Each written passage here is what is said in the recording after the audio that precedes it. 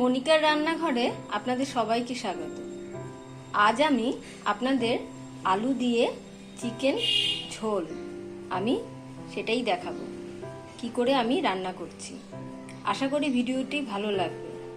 ভিডিওটি ভালো লাগলে লাইক, কমেন্ট, শেয়ার ও সাবস্ক্রাইব করতে ভুলবেন না।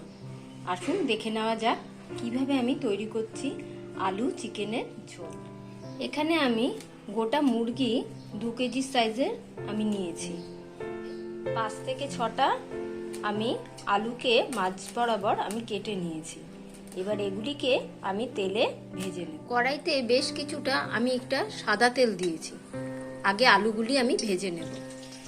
মাংসর মধ্যে আমি ছোট চামচে 2 চামচ নুন, 2 চামচ লঙ্কার গুঁড়ো, 1.5 চামচ হলুদ গুঁড়ো দিয়ে আমি রেখেছি। এছাড়া 2-3 চামচ আমি বড় মুখের তেল দিয়ে এটাকে মেখে রেখে দেবো বেশ কিছু।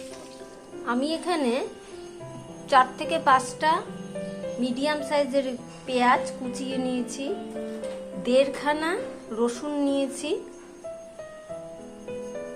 1/2 ইঞ্চি মাপের 2 থেকে 3 টুকরো আমি আদা নিয়েছি, বেশ কিছুটা আমি লাল লাল দেখে কাঁচা মরিচ নিয়েছি, কয়েক টুকরো টমেটো নিয়েছি।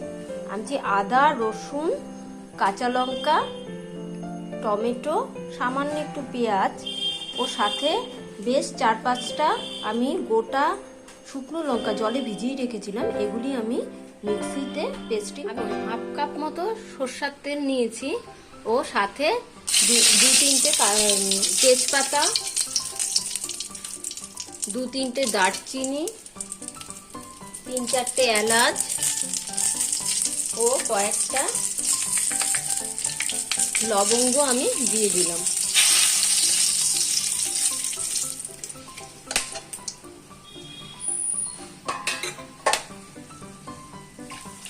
কিছুটা ভাজা ভাজা করে আমি মাংসটা যেটা আমি মেখে রেখে দিয়েছিলাম তার সাথে আমি কিছুটা পেঁয়াজও দিয়ে রেখেছি, আমি সম্পূর্ণটা এটা কড়াইতে ঢেলে দেব।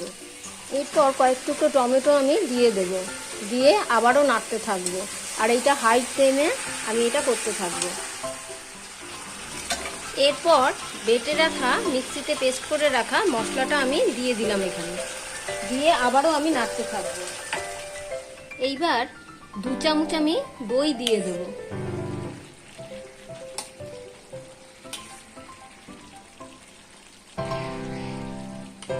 ও সাথে 1 চামচ চিনি ও আলুগুলি আমি দিয়ে দিলাম।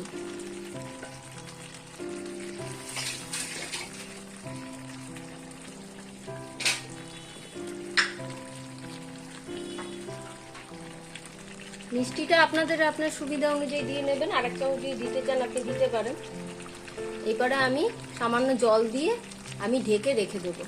ভালো করে আগে নাড়বো, তারপরেই জলটা। মাংসটা কষাতে কষাতে বেশ কিছুটা জল ছেড়ে দিয়েছে। এরপর আমি একটু উষ্ণ গরম জল আর একটু দেবো, কারণ এটা পুরো কষানো করবো না। আলুগুলিও সিদ্ধ হয়ে এসেছে।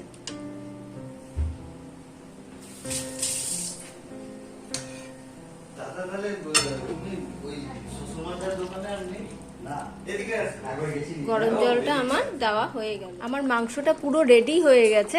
আমি অল্প একটু গরম মশলা খালি ছড়িয়ে দেবো, দিয়ে একটু ঢাকা দিয়ে দেবো।